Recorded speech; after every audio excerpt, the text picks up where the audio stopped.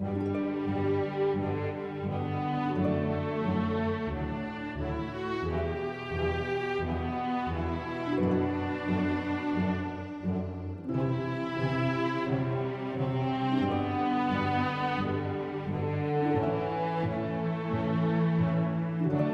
he's going to make a choice. And the choice is going to be Jerusalem. Okay? But that should have scared someone.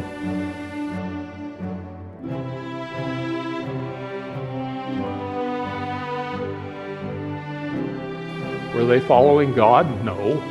They had made a bad decision.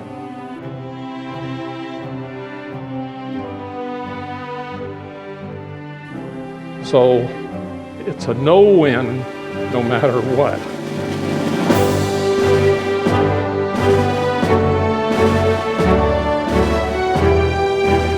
Well, greetings to all of you here and out in computer land. Choices in life. And that's what I'm going to talk about today. Choices we make. But life is about choices. Of all the people on earth today, and there's 7.9 billion of us, 7.9 billion. So why are you here? I know you know why you're here. Why do you believe what you believe? I don't know why you believe what you believe. And doing this, being here, do you act out what you believe or do you just act up? You know, some people act up. Most times we think we're right in our decision, or it could be a matter of involvement, as I'll show you today. Some things you are going to be drug into, and such as taxes. There's a lot of other things. If you go with me to Joshua 24 and 14. Joshua.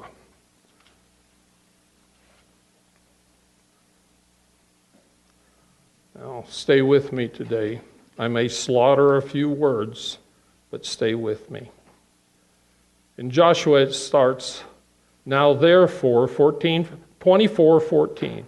Now therefore, fear the Lord and serve him in sincerity and in truth.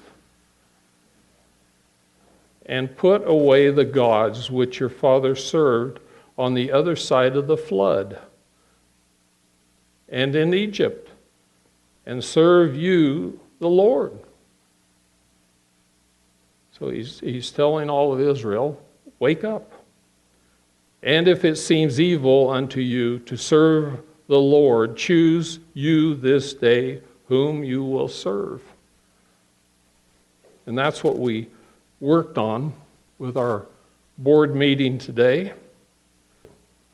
Whether the gods which your fathers served that were on the other side of the flood, or the gods of the Amorites in whose land you dwell. But as for me and my house, we will serve the Lord. See, that's what we got to do. We have to do this. And so today, again, the subject is about choices. And it's about examples that I'm going to, well, one good example and good choices. But I want to tell you, I do not have a solution to help you make good choices. You know, I don't have a matrix or something. Follow step A, B, C, D, E, F, and then make the choice, and it'll turn out okay. 100%. No, doesn't work that way. So let's go back to Ezekiel 21 and 8. And we're going to see here how Babylon was a sword for God, literally. Ezekiel 21 and 8. Again the word of the Lord came to me, saying, Son of man, prophesy, and say, Thus saith the Lord. Say, a sword is sharpened, and also furbished, and is sharpened to make a sore slaughter. So we know what a sword is for. It's like a bayonet. It's for one thing. It is furbished that it may glitter. Should we then make mirth? No, we don't. It's not a laughing matter. It commands the rod of my son as every tree, and he has given it to be furbished, and that it may be handled. The sword is sharpened, and it is furbished. It says it now the fourth time. And to give it unto the hand of the slayer. So it's meant what's going to happen. God told Ezekiel, write this down. And I bet Garrett knows what it is to furbish a piece of metal. Make it bright and shiny, and there's different ways to do it, but make it look good. So when you flash it, you will put terror in the heart of your opponent. And now drop down to Ezekiel 21:18. The word of the Lord came unto me, saying, Son of man, appoint thee 2 ways, that the sword of the king of Babylon may come. Both twain shall come forth out of one land, and choose thou a place, choose at the head of the way of the city. Appoint a way that the sword may come from Rabbath, or I practice this and it doesn't do me a bit of good, Ammonites, and Judah in Jerusalem, the defense. For the king of Babylon stood in the parting of the ways, at the head of the 2 ways, to use division. He made his arrows bright. He consulted with images. He looked at liver. Now let me explain. Outside of Jerusalem, there was a divided highway. You go down leaving, and one goes one way, Rehoboth, and to the Ammonites. Okay, it'd be like you. God says, okay, go put a sign up. Go down, and I'm making this up, go down to Home Depot, get a couple 2x4s, get a sheet of plywood, get a can of spray paint, and paint out there at this division. Because I'm telling you that the king of Babylon is going to come here, and he's going to make a choice. And the choice is going to be Jerusalem. Okay? If that should have scared someone. But Babylon, let me tell you where it is. It's south of Baghdad. Remember a few years ago we had a war, and we made it all the way to Baghdad. Now, let's go, that's Ezekiel. So let's go to 2 Kings 23 and 35. 2 Kings 23 and 35.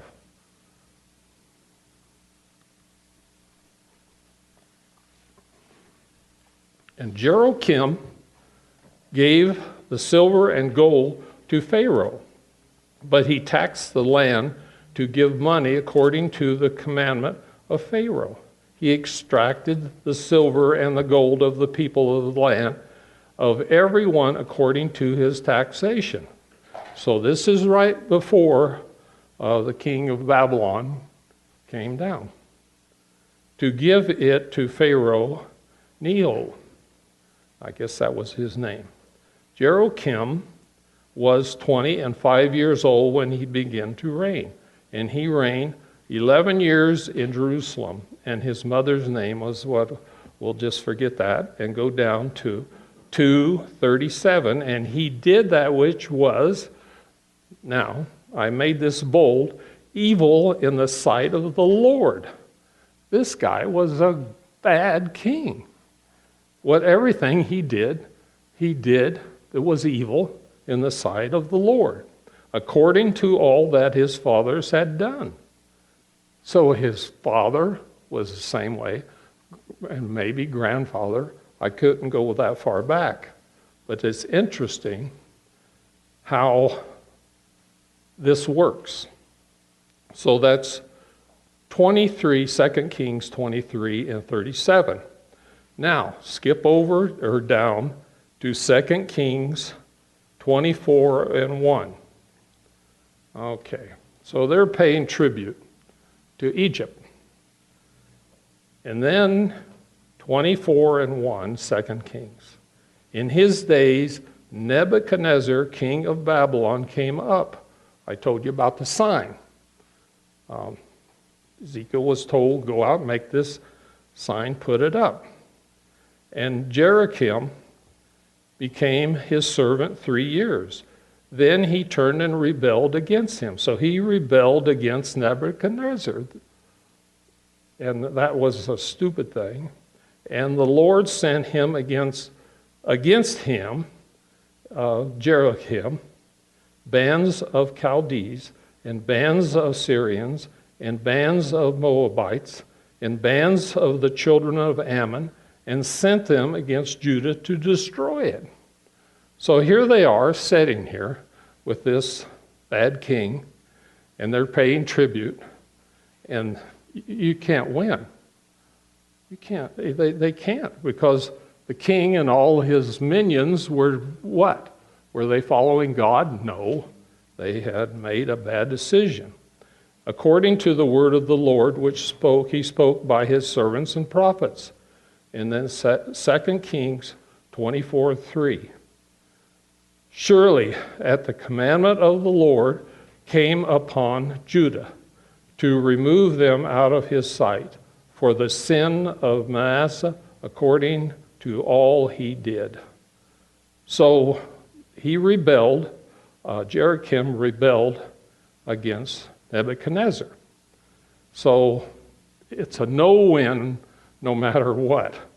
It's going to happen.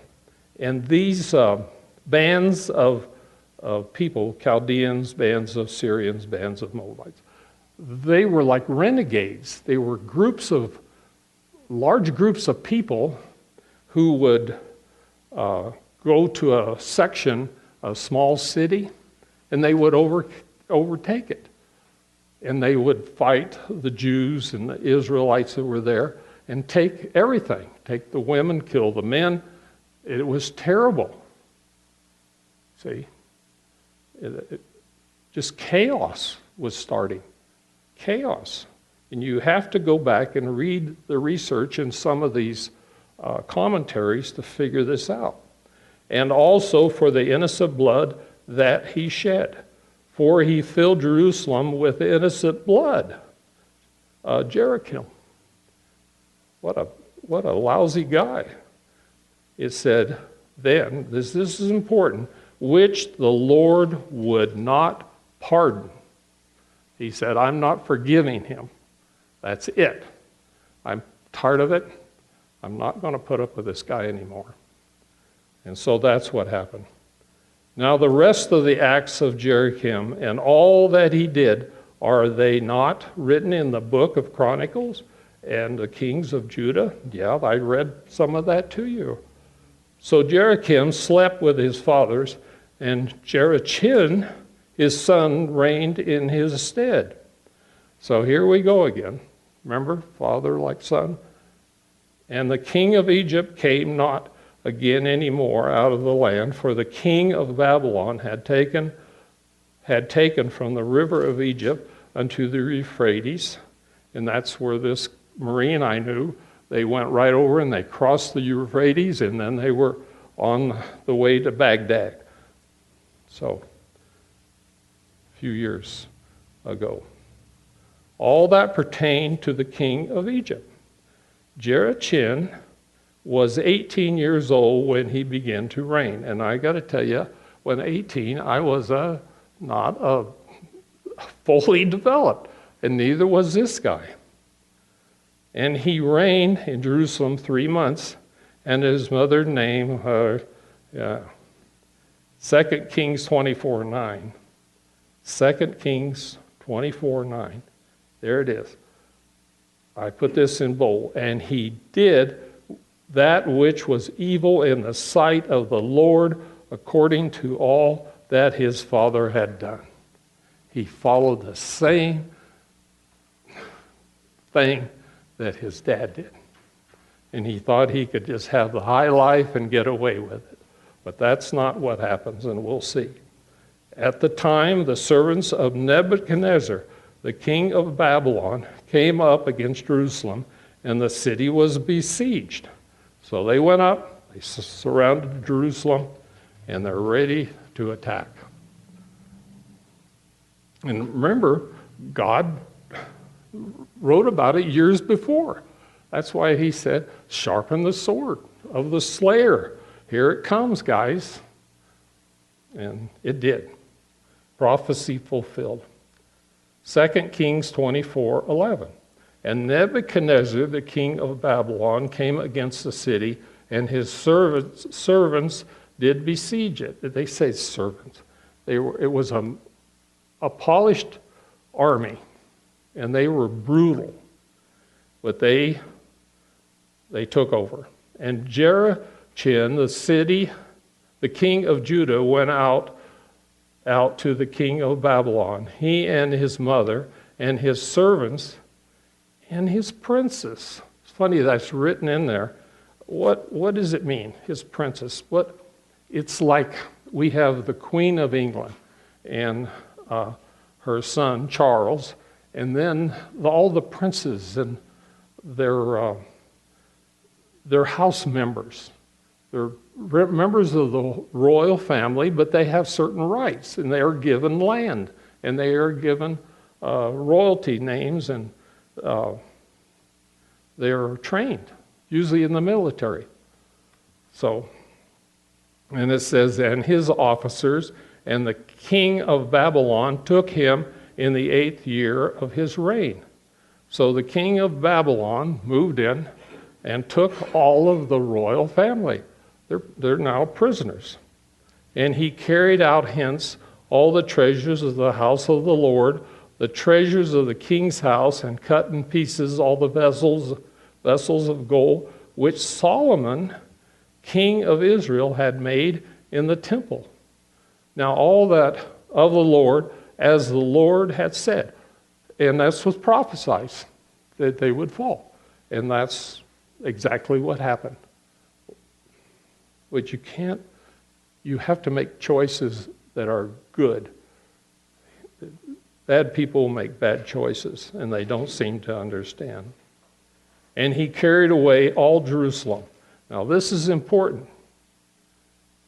He carried away all Jerusalem. Do you get it?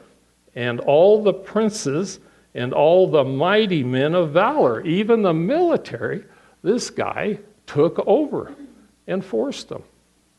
And there's a place, I think this is where they took the fish hook thing and put in, like if you were a prisoner, they'd put a fish hook in there, and they would run the line up to the next guy and tie it around his neck. So if anybody bobbled, it would hurt. A little pain makes you run faster. Okay? Even 10,000 captives. 10,000. All of Fruta and Mac and who knows, part of Grand Junction. And all the princes and all the mighty men of valor, even 10,000 captives. Even 10,000 captives. Okay, that's an important number. And all the craftsmen, so they took people who were craftsmen, carpenters, people who made instruments of war, builders, stonesmiths. It says smiths. So that includes all the trades at the time. They took them to Babylon. So what's left? None remain save the poorest sort of the people of the land. The poor people who were uneducated, who had no trade, had no land, they left them there. Oh, by the way, you take care of it. And he carried away Jehoiachin to Babylon, and the king's mother, and the king's wives, and the officers, and the mighty of the land, those carried he into captivity. Every person, girl, woman, grandma, zoop, off they went. From Jerusalem to Babylon, below Baghdad, across the Euphrates. And all the men of might, 7,000, and craftsmen and smiths by the 1,000, all that were strong and apt for war, even them the king of Babylon brought captivity to Babylon. Every soul. It was worth anything. If you could do something, off you went. Now, I set the stage. And I'll go to Daniel 1, and we're going to see choices. Daniel 1:1.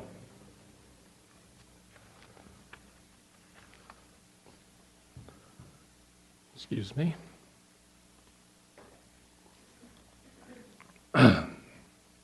Daniel 1:1. So I've pretty much tied this together. And in Daniel 1:1, in the third year of the reign of Jehoiakim, remember him? King of Judah, came Nebuchadnezzar, the king of Babylon, unto Jerusalem and besieged it. We read all that.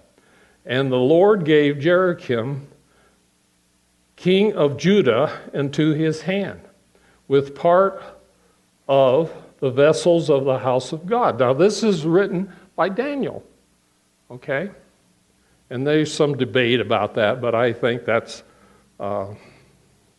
someone got their doctorate by debating that this was written by Daniel or not. Which he carried unto the land of Shinar, to the house of his God, and he brought the vessels unto the treasure house of his God, small g. And the king spoke unto Asaph, the master of the eunuchs. Now this should give you an idea of what's going to happen here. That he should bring certain children of Israel. Okay, certain children, and I read that to you. And the king's seed, so the king's sons and grandsons and nephews and cousins and all this, of the princes. So the royal house he has in this took it to the master of the eunuchs. So we know what's going to happen. Children of whom was no blemish, but well favored and skillful in all wisdom. So they took the brightest and the best. The brightest and the best. And cunning in knowledge and understanding science. So they were educated. See? They were educated, they had a background, they were good looking. All these guys. And such as had ability in them to stand in the king's palace. Oh, so they're going to be trained. In whom they might teach the learning the tongues of the Chaldeans. And I researched this, and this is my own best I could come up with. Probably young boys 13 and up, upper class, educated, privileged. And I've heard about 900 to 1,000 young men, boys that fit that was going to be trained and fixed And if you don't know what that means, talk to your friend. Okay? So let's just say 1,000 young men are in this predicament. And the king appointed them a daily provision of the king's meat and of the wine which he drank, so nourishing them 3 years, and that at the end thereof they might stand before the king. So they're going to go into school 3 years with a purpose. Now among these children was Judah, Daniel, Hananiah, Mishael, and Azareth. Daniel 1 and 7. You with me? Daniel 1 and 7. Unto whom the prince of the eunuchs gave names. And then it gives it Belshazzar, Shadrach, Meshach, and Abednego. And Abednego, that's the last one. So there's 4 young men who are stuck and they're together. Now, Daniel 1 and 8. But Daniel purposed in his heart that he would not defile himself with the portion of the king's meat. Now, picture. You got guys that are really smart. Okay? They're not going to go in and start a fist fight. They're not going to argue or open their big mouth. They're clever. So what did they do? He said he would not defile himself with a portion of the king's meat. He's going to keep the laws of God. Get it? He's going to do what he should do. He's made a choice. Okay, how am I going to get around this? Nor with the wine which he drank. Therefore he requested of the prince of the eunuchs that he might not defile himself. So he goes with his hat in his hand, so to speak, and humbly. Now God brought Daniel unto favor. See, he made the decision, and God's going to back him up. After all the tribulation and all this going on and being fixed, what happened? God found favor with these 4 young men and tender love with the prince of eunuchs. Even the guy that was in charge of them felt good about it. It said, tender love. How neat is that? What God can do to people who want to honor him. These 4 young men wanted to honor God, and there's no other record of anything else going on, of the hundreds they brought out. Okay? Daniel 1 and 10. Is that right? Yes. And the prince of the eunuchs said unto Daniel, I fear my lord, the king, who has appointed you meat and drink, for why should he see your faces worse liking than the children which are your sword? He said, what happens if you get a lot of blemishes, splotches, and you have all these ugly pimples, let's say, and then shall you make me endanger my head to the king. If that happened to you 4, I'm going to lose my head. Then said Daniel to Mizar, whom the prince of the eunuchs had set over Daniel, Hannah, the 4 of them, prove my servants, prove your servants, I beseech you. Now this is Daniel speaking. 10 days, and let them give us pulse to eat. Now that's an interesting word for Old English. Pulse. It means things grown from seed. I checked several different places, and it's worded different in different translations. But it's like, it would be barley, whatever else, squash, gourds, that sort of thing that comes from a seed. I guess onions do because they come up and have seeds. So that's what it is, to eat and water to drink. And then Daniel said, Then let our countenance be looked upon before you, and the countenance of the children, that the portion of the king's meat. And as you see, deal with your servants.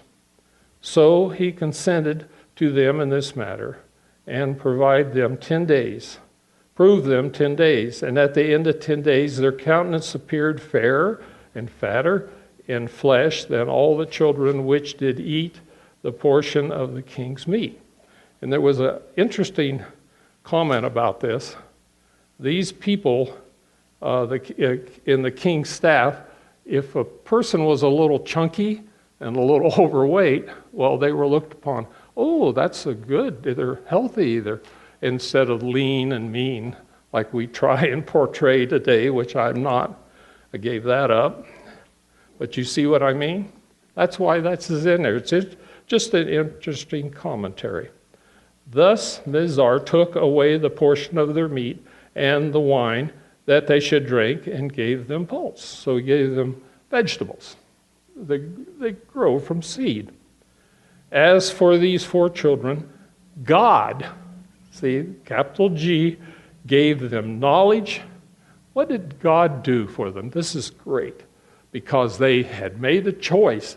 We're going to go to the wall, or we're going to go somewhere, get our head lopped off, and do this thing because we know it's right.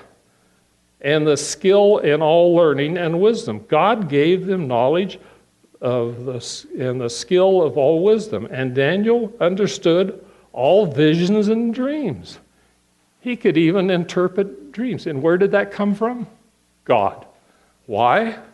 Because these people, these 4 men, boys, now men, stuck to it. They made a choice, and they did not vary. Pretty neat. Now, at the end of the days that the king said that he should bring them in, the prince of the eunuchs brought them before Nebuchadnezzar, and the king communed with them. So he asked them questions. And among them all was found none like Daniel, Hananiah, Mishael, and Azariah. Therefore stood they before the king, and all the matters of wisdom and understanding that the king required them, he found them 10 times better than all the magicians and astrologers that were in his realm. God protected them. He gave them knowledge. And that's why one of the reasons you're here today. Didn't you decide this knowledge is correct and you're here? And 1 and 21. And Daniel continued even to the first year of King Cyrus. Okay. Now,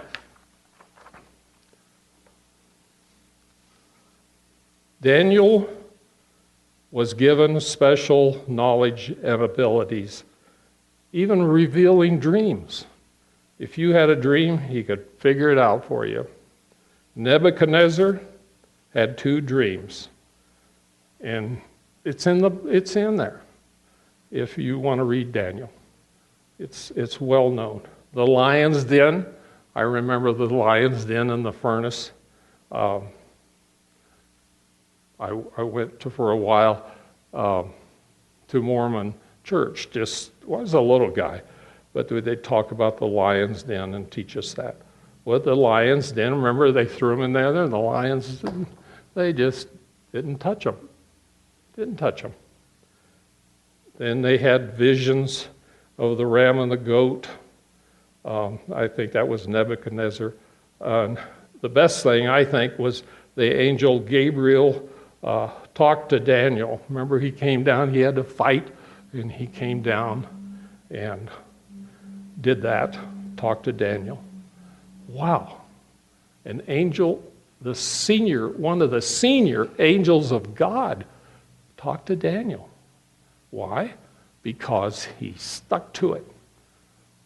And I may say, come hell or high water, he stuck to it. Because Remember the fiery furnace? They tied them up, chucked them in this furnace, and then they said, come out, come out. So they did, and they didn't even have the smoke, the smell on them. And that really bothered Nebuchadnezzar and all his staff, because you couldn't smell the smoke. If you've ever had a wood fire, outside barbecuing, you know it's going to get on you. Now, the four men, Daniel, Shadrach, Meshach, and Abednego, all these things happened because they made a choice to obey God, not man. All these things happen. It's a wonderful book when you understand the background. It's great. The number of young males who were taken to Babylon were under 1,000 or so. But let's say 1,000. I'm not a mathematician. In fact, Nita and I, which end did you want? How do you. But it comes out, those four men out of 100,000 is 0.004%. 0.004 of 1% is how, of all those people, they took all of Jerusalem and took them up there, and they were slaves. And these men endured that. 4 out of all those people. Wow. So, what do we draw from this? These 4 men were excellent examples of making the right choice. You think about that. And what is it? It is a matter of involving you and God. It has to be you and God. You don't need a mediator or anything like that. So do what's right, make good choices, and we'll see you next week.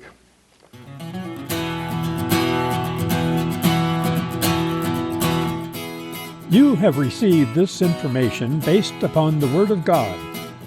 Every additional topic concerning the truth, which originates in Scripture, builds understanding leading to salvation.